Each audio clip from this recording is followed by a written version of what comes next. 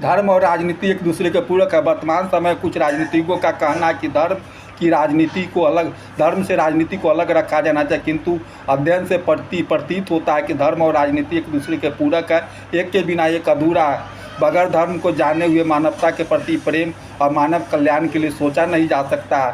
धर्म ही मानव प्रेम और मानव कल्याण की शिक्षा देते। धर्म में ही विद्या आती, विनयन की बात आती है। क्रोध, घमंड, अत्याचार, अहंकार, जिद, घृणा, द्वेष और दुराचार का अंत होता है और विनम्रता की भाव पैदा होती है।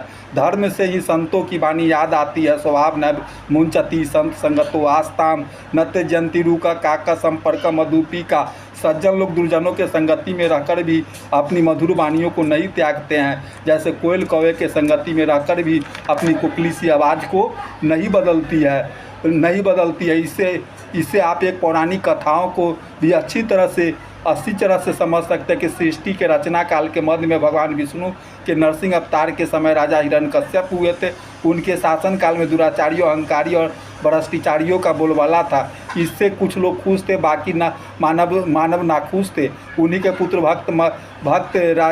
भक्त प्रहलाद महाराज, जो माँ के गर्भ में देवर्षि नारद से भागवत ज्ञान की शिक्षा सुने थे और उनके लिए आध्यात्मिक ज्ञान की शिक्षा हो गया था। वो अपने पिता के शासन से खुश नहीं थे। अपने पिता की मृत्यु के उपरांत उन्होंने राजगद्दी को संभाला और जो शासन किया उससे सभी वर्ग खुश थे। ऋषि मुनि देवी देवता भी पुष्प वर्षा करते थे।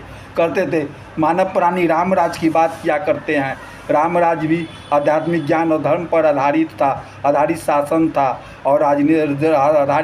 और राजनीति था। इसलिए धर्म और राजनीति एक दूसरे के पूरक है। आध्यात्मिक शिक्षा ही अनुशासन, शिष्टाचार, मानव कल्याण की शिक्षा देती है। भौतिकवादी शिक्षा सिर्फ नौकरी, व्यवसाय, रोजगार आविष्कार को ज्ञान देती है। अवधेश पासवान, राजनीति शास्त्र स्नातक।